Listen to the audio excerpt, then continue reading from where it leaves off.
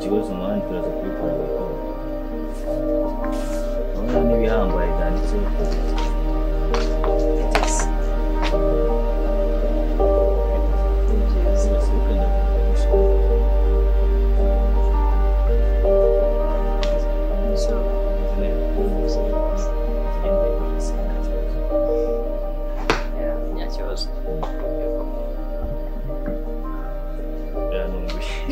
meze neza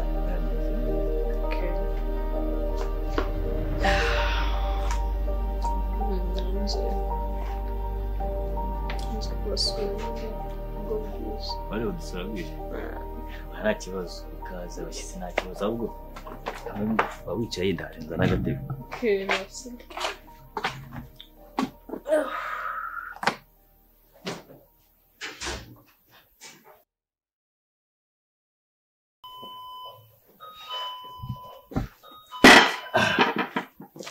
uje usanga dosiye nari ndimo ariko nyine nta kibazo tu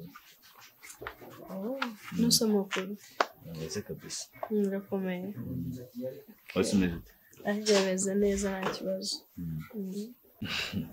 batubwira ngo muje kudusura ahubwo se babita abandi nitwa Alice Alice umeze neza meze neza utuye ni hafanga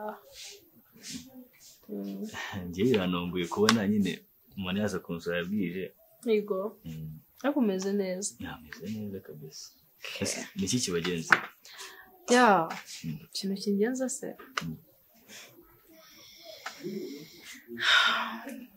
ese twite ni byiza kabisa ntacyo bitwaye ko ndi kugira gutya wambwiye ikikugenza ibintu bive mu nzira niba ari icyo ngufashe niba ari icyo nagufasha nakubwira nagira ngo ubaze umukobwa witwa Wera yego nshaka kumenya iki ntabwo kumenya tu niba umuzi Wera Wera ni umukobwa w'inshuti yanjye yego nawe se ni inshuti yawe nanjye ari inshuti yanjye gusa nawe niba muri inshuti ni byiza ese nawe ufitiye papasi ntabwo wavuga utankoraho ahubwo se abo bana ndi kumva bari kuvugana mu gipangu ufite umwana kubona nabyara nyine mu myaka yanjye mfite byara se reka ko iki gihe ntabwo basigaye bagendera ku myaka uwo mwana w'umuturanyi yego none se Uwera nta kintu nk'umushuti wawe nanjye n'umushuti wanjye nta kintu wamumbwiraho nyine Uwera ni inshuti yanjye ni inshuti yanjye ariko nta bihambaye biri hagati yanjye nawe yego ahubwo se ni uko ushaka kumenyaho byinshi ayo makuru ntabwo wagenda ukayamwibariza ko wambaye ko nawe inshuti yawe ukagenda ukayamwibariza ntabwo sinzi ariko numvaga wenda niba ari inshuti yawe nanjye akaba ari inshuti yanjye kumukubaza nta kintu bitwaye uzaze nta kibazo ariko mama tubiganiraho sibyo ako makuru yo noneho uzayama nta kibazo yego ariko asa ikintu bigutwaye sinzi niba wayibonye ndabona bino bintu bikumbangamira nta kuntu wavuga utankora ndumva njye nta kibazo ari ikintu bigutwaye uretse kuba waba ubangamirwa ndumva kubangamirwa kugukoraho gusa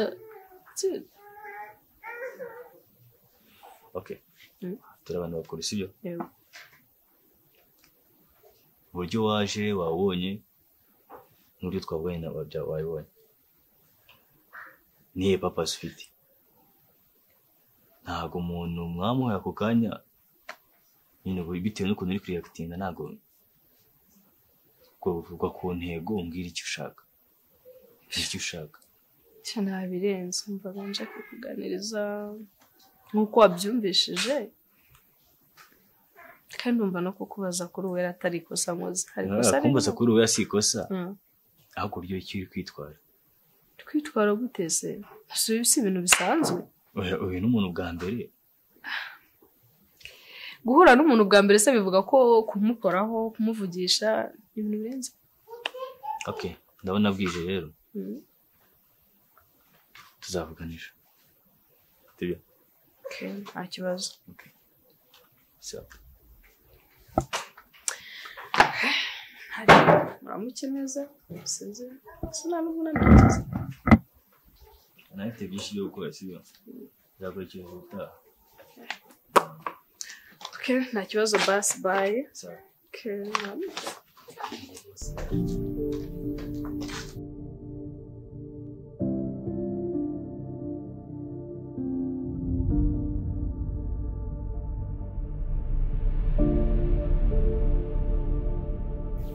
Sondo bimeze bite? Shameze bon. Kumeze neza cyane. Aha, ndabona usa neza umvaze. Kagira inkuru, umva ndabona usa neza ahubwo mba barumbwire naye mavuta uri kwisiga. Ko narumiwe. Amavuta nisiga ntabwo nayakubwiye. Ayahe, ntayo wigeze umbwira.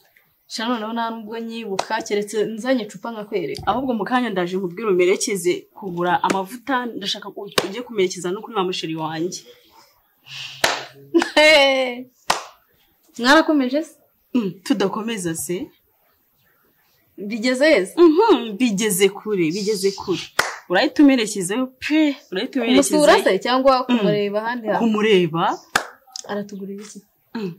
Kuki wumva ko byose ari nayo do kaje ari nazo aratugurira rwose. Ubwo gira vuba umuhamagare. Adusohokana. Wemba barumbwire wamushiri wa muracyari kumwe Eric. Kumba mbona ntazi ibyanyu muracyari kumwe cyangwa byararangiye. Ariko umbera mushye buri munsi. Eric ni shiri wanjye cyane inshuti yawe. Kumba mbona ntazi ibyanyu ha ntago mbizi ahubwo nyibwirira. Wahisemo kuguma hano muri uru rugo cyangwa bimeze bite? Ego nibyo nahisemo ko ndashaka gutsinda mu kavata. Bimenye.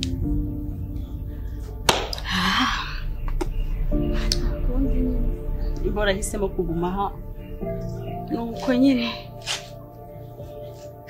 Sando. Ngo wahisemo kuguma ha. Aha. Bikamubwira. Nagumye hano ngo mukadata wenda ngo mwereke ko nanjye ndi gukura. Ibyo ari gushaka kugeraho imigambi ashaka kugeraho. Ngende nyihagarika. Ntabwo byashoboka. Aha. Sinzi. Ndabizi ubuzima mbayemo ntabwo ari bwiza pe. Nta nubwo bushimishije. Ariko ndabizi neza hasi hejuru njyewe nawe. Kuko papa nawe mba mbona ari ibintu uramugura niba yaramuroze. Niba byaragenze bite simbizi. Kubera ko ari ngewe rero ubibona. Ngomba guhangana nawe. Nta kindi kintu nakora.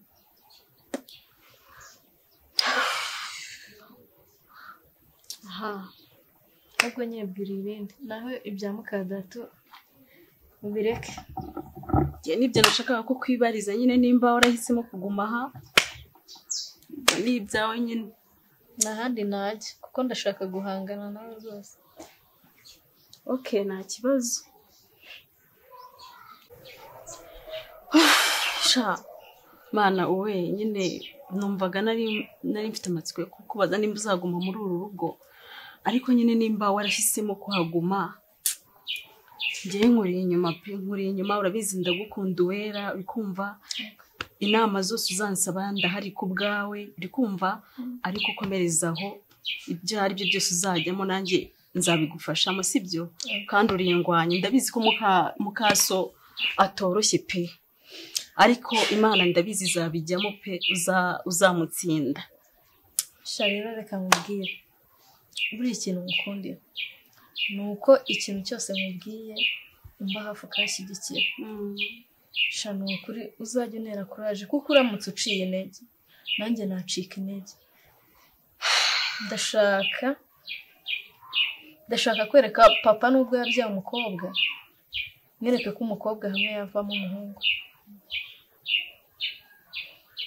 Shawe nibyo pe ugomba gutsinda uriya mukaso wawe kandi ndabizi bizagendeka neza kandi nanjye ndahari ku bwawe tuzafatikanya sibyo we nta kibazo urakoze sawa none se ni sawa nyine nkuko nari ndi kubikubwira ushatse wamerekeza nyine ahantu waguze ayo mavuta nyine tukagenda ukanyereka nanjye ngigurira utuvuta do urabona ntari gusa nabi reba n'ibiheri byaraje mbese uwe simbizi pe muka data ari haramunsi abonye dukururanye nyine umwahita mwerekeza tukagenda kandi ndamuzi umva ndamuzi agira umutima mubi ngiye narume uziko nza hano iwanyu nikandagira mbanza nikandagira mbavuga ati ego kuri amubone none umva ni sasu ubwo se yo muza kuba mu bana mbabibona ceceka mbibona ngewe nuko nyine wowe urihangana pe Imana yaguhaye umutima wihangana we yaba ari ngiye baba we